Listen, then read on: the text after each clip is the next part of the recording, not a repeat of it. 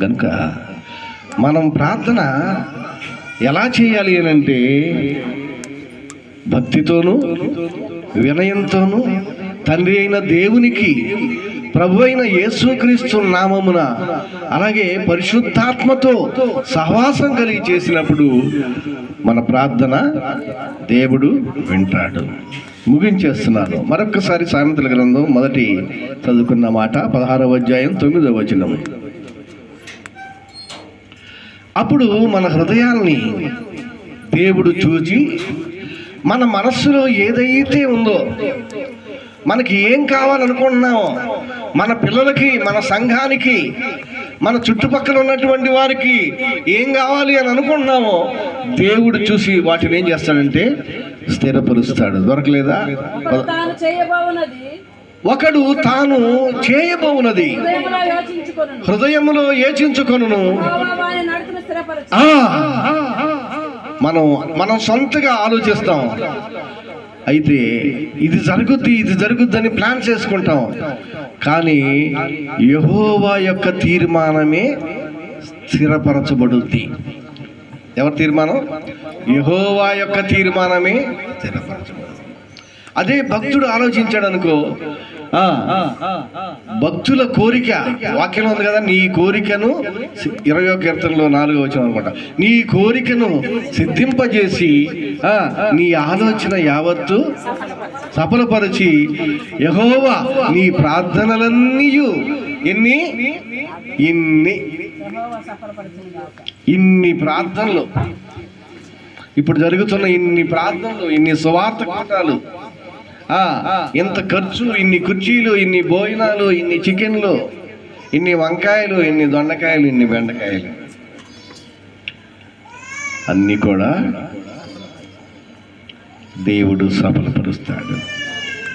నియమం లేకుండా పోరాడితే పందెంలో అపజయం పొందాల్సి వస్తాయి. పౌలు గారి మాట, ఇది నాది కాదు. ఎవడైనా నియమం లేకుండా పోరాడితే పందెంలో అపజయం పొందాలి. దేవుని పనినంట సమర్థుడైనటువంటి వానికి అప్పగించాలి. మనతో సన్నిహితంగా ఉన్నాడు కదా అని అప్పగిస్తే ఏమైపోద్దంటే పొలం పాడైపోద్ది. ఏ పొలం? ద్రాక్ష తోట గుంట నక్కల పాలు చేయకూడదు. కాపరి, గొర్రెల కాపరి, ప్రధాన కాపరి ఎక్కడ సమీపించరాని తేజస్సులో అమరుడుగా ఉంటున్నటువంటి ప్రభు అయినటువంటి యేసుక్రీస్తు పొలాన్ని, ఆ పొలములో ఆ రాజు కింద మనమంతా కూడా రైతులుగా ఉండాలి. మంచి పనివాడిగా ఉండాలి. సిగ్గు పడనక్కరలేని పనివాడిగా ఉండాలి. కష్టపడే పనివాడిగా ఉండాలి. కష్టపడే దానిగా ఉండాలి. దేవుని సేవ కోసం నీ శరీరాన్నే కాదు, నీ ధనాల్ని కూడా త్యాగం చేయాలి. ఎందుకులే పాస్టర్ గారు, అవి ఉంటే ఏదో ఒకటి కొనుక్కోవచ్చు పండగ టైంలో. యేసు లేకుండా పండగ ఉండదు.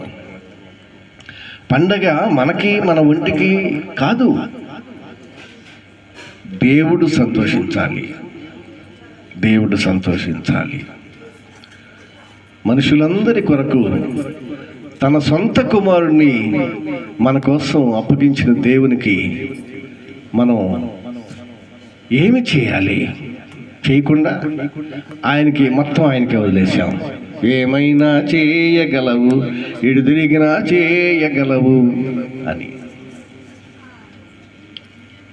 ఏం చేయడు అలాగా? ఏం చేయడు. ఎందుకు చేస్తాడు? మొదట నా నీతిని, రాజ్యం.